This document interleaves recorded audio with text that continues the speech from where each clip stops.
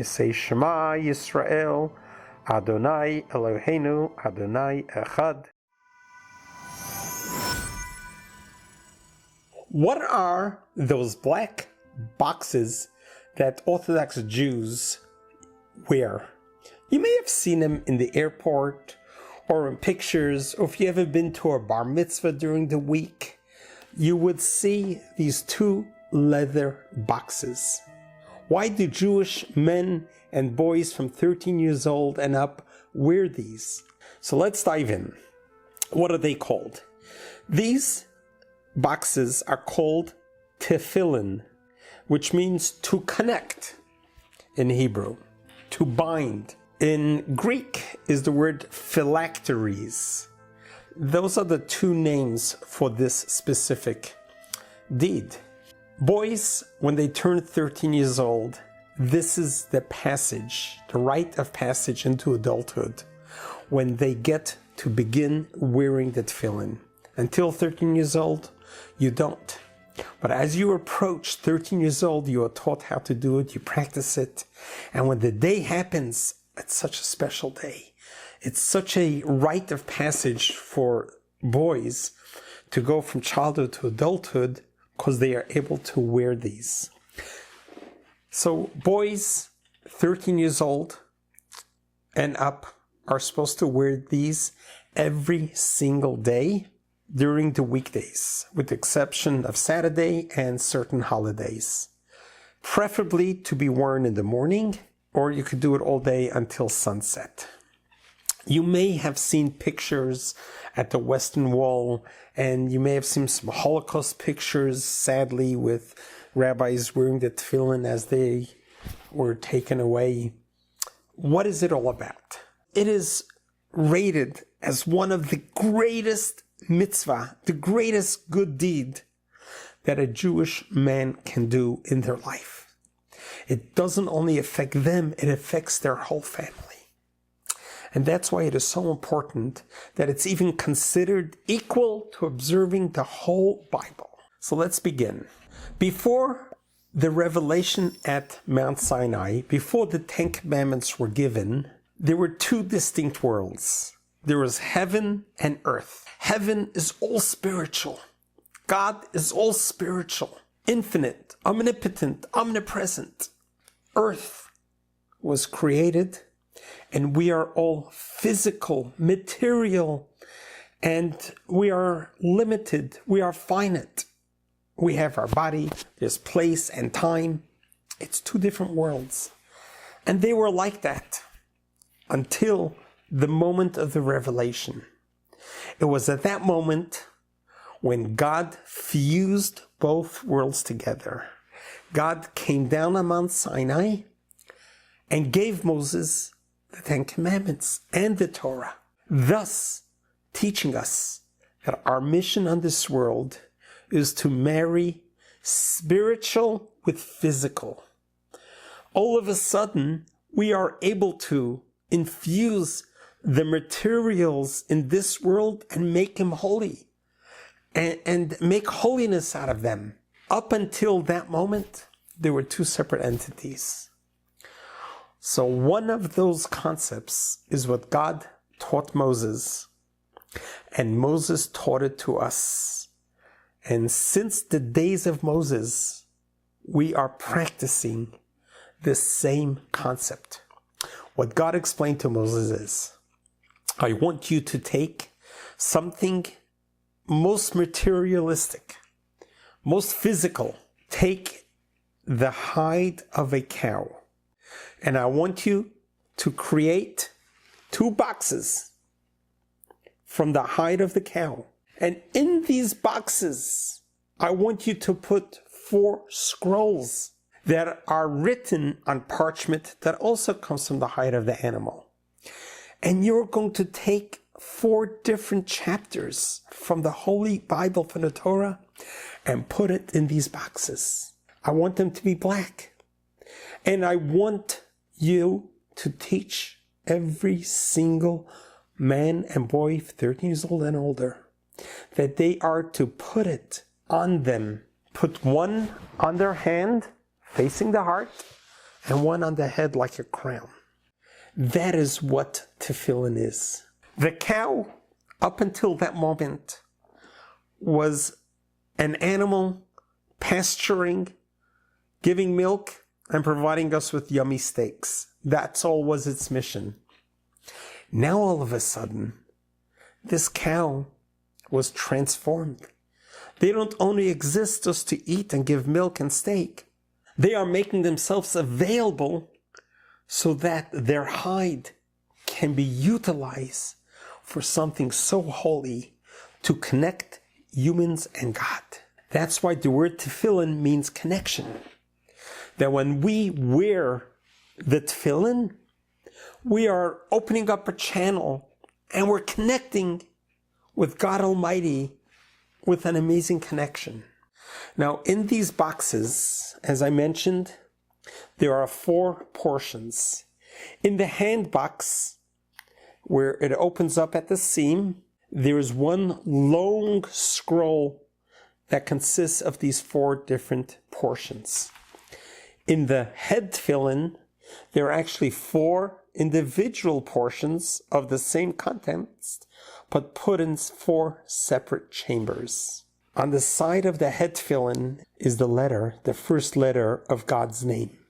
By wearing these tefillin, doing something physical, taking something materialistic and connecting it with spirituality. And thus has began the journey of this world, by connecting physical and spiritual. For the holiday of Passover, we eat matzah. We're taking water and flour, and we're saying a blessing. We're taking something physical, materialistic, and we're celebrating a holiday. That's how we elevate it. The holiday of Sukkot, we celebrate the tabernacles. We take a palm branch with a citron, a etrog, and a myrtle, and a willow. These are all materialistic items, but by using them for spiritual purposes, you are elevating them. And that is our mission on this world, is to transform physical matter to spiritual matter. And that is what tefillin is all about.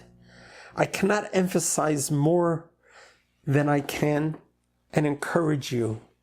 This is the greatest thing that any Jewish boy, 13 years old, and adult can do. When you do it, it only takes about a couple minutes. When I do it, I do my whole morning prayer, about 30, 45 minutes every morning. But you could do just 3 minutes. You put them on, you say the prayer, and you have done your part. I want you to appreciate and understand the amount of spirituality you bring down to the world when you do that. When you are wearing your tefillin, God's presence is shining upon you more than you could imagine. And you're drawing down God's presence, not just to you, but to your whole family, to your whole surroundings. There's nothing more that you can do in the world to connect with God, to make that connection. And that happens through the tefillin. So if you are Jewish, ask yourself the question, have you ever worn tefillin in your lifetime? If you have, when was the last time you did it? Now is the time. The world needs us more than ever. This is what you can do to help the world globally. That when you begin wearing the tefillin every morning or during the day, whenever you can, you are going to be adding to the scale, to tilt the scale in favor for the whole world. Tefillin not only brings you blessing, it's also a form of protection. 1967, when the Six-Day War broke out in Israel, Israel was in a very precarious situation. They were once again on the verge of extinction. That is what all the surrounding states planned, is to have another Holocaust and to completely wipe out all the Jews that were living in Israel. That was the plan during the Six-Day War. They were attacked from all areas, the north, the west, the east, the south. Miraculously, they won the war. That's why it's called the Six-Day War, because it only lasted 6 days. When the war broke out, my rabbi, the world Jewish rabbi, Rabbi Menachem Mendel Schneerson, that was the rabbi that I grew up with, launched a campaign. He sent telegrams to Israel, to his followers. He says, go to the front lines, find the soldiers, and wrap them on the tefillin. And the rabbi explained, the Torah teaches us that a head that wears the tefillin, your enemies will fear you and run away from you. And that is what happened. His followers in Israel was dispatched with special dispensation from the army. They allowed them to go to the front lines, and in between bombings and shellings, they grabbed the soldiers and they wrapped tefillin on, and they prayed with them. And the 6-Day War was the most miraculous war that Israel survived that year, 1967. Ever since then, the campaign has been launched. When I was 12, 13 years old, I couldn't wait to begin wearing the tefillin. But not just for me, but I would take my free time that I had after school, and I would go to the various Jewish merchants on Friday afternoon and ask them, did you do it yet? And then they would say no. I would wrap the tefillin on them. I'm just 12 years old. And I would do this almost every Friday. If you have been to New York, to Manhattan, you may have seen a mitzvah tank. That's a RV that's turned into a mobile synagogue. And you'll find young students in the street saying, excuse me, are you Jewish? And the first question would be, would you like to put on tefillin?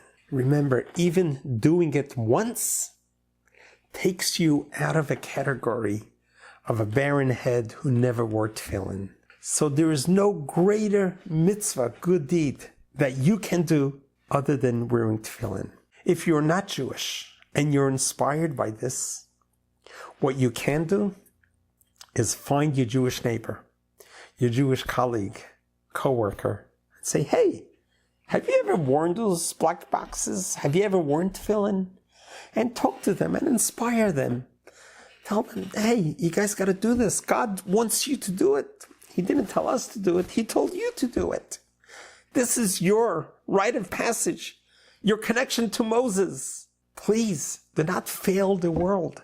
There's something that you can do to help the world. Inspire them to put on tefillin. If you own a pair of tefillin when you receive them at your bar mitzvah, dust them off, take them out, and begin using them. If you don't, you can reach out to me and I will direct you. You can reach out to your local synagogue, to your local Judaic store. You can even find them online to get it from a reputable scribe, to have a kosher pair of tefillin. Usually you buy it once and it lasts you a lifetime. But more importantly is to use it every weekday morning. I would like to demonstrate to you, how do we put the tefillin on? In the Bible teaches us to put it on our hand and on our head. In order to do that, we need straps to strap it on our arm and on our head. So I'm going to demonstrate to you how we put it on the tefillin. And this is what I do every morning. And when I do it, I also wear a prayer shawl during the prayer services. But for demonstration purposes, I will show you. So this is the hand tefillin. It has a long leather strap, another part of the cow that's being elevated, and we put it right on our muscle. And if you are a right hand, you put it on your left hand. If you're a lefty, you put it on your right hand. Basically, you put it on your weaker hand. And then we say a prayer. Baruch atah Hashem Elokeinu melech haolam asher kitshanu b'mitzvosav v'tzivanu loniach tefillin. Oh, blessed are you, God, our God, for giving me the opportunity to fulfill the commandment of wearing tefillin. And here we wrap 7 times. The 7 times represents the 3 fathers, Abraham, Isaac, Jacob, the 4 mothers, Sarah, Rivka, Rachel, Leah. And then we wrap it around our palm and our longest finger. Over here is a Hebrew letter of Shin, first letter of one of God's names. This is a Daled, and this is a Yud. We spell out God's name as we wrap the tefillin. Now goes the head. Here's a loop that sits on your head, and you keep it right in the middle between your eyes, because those are the actual words from the Bible to put it on your head. It should be positioned in between your eyes. And then you say the second blessing, Baruch atah Hashem Elokeinu melech haolam asher kitshanu b'mitzvotav v'tzivanu al mitzvat tefillin. And you do at least one prayer. That would be, cover your eyes and you say, Shema Yisroel, Adonai Eloheinu, Adonai Echad. Hear, O Israel, God our God, God is one. Imagine, this commandment is 3,300 years old. What a tradition. Tradition is a tradition when it's carried on from one generation to the next.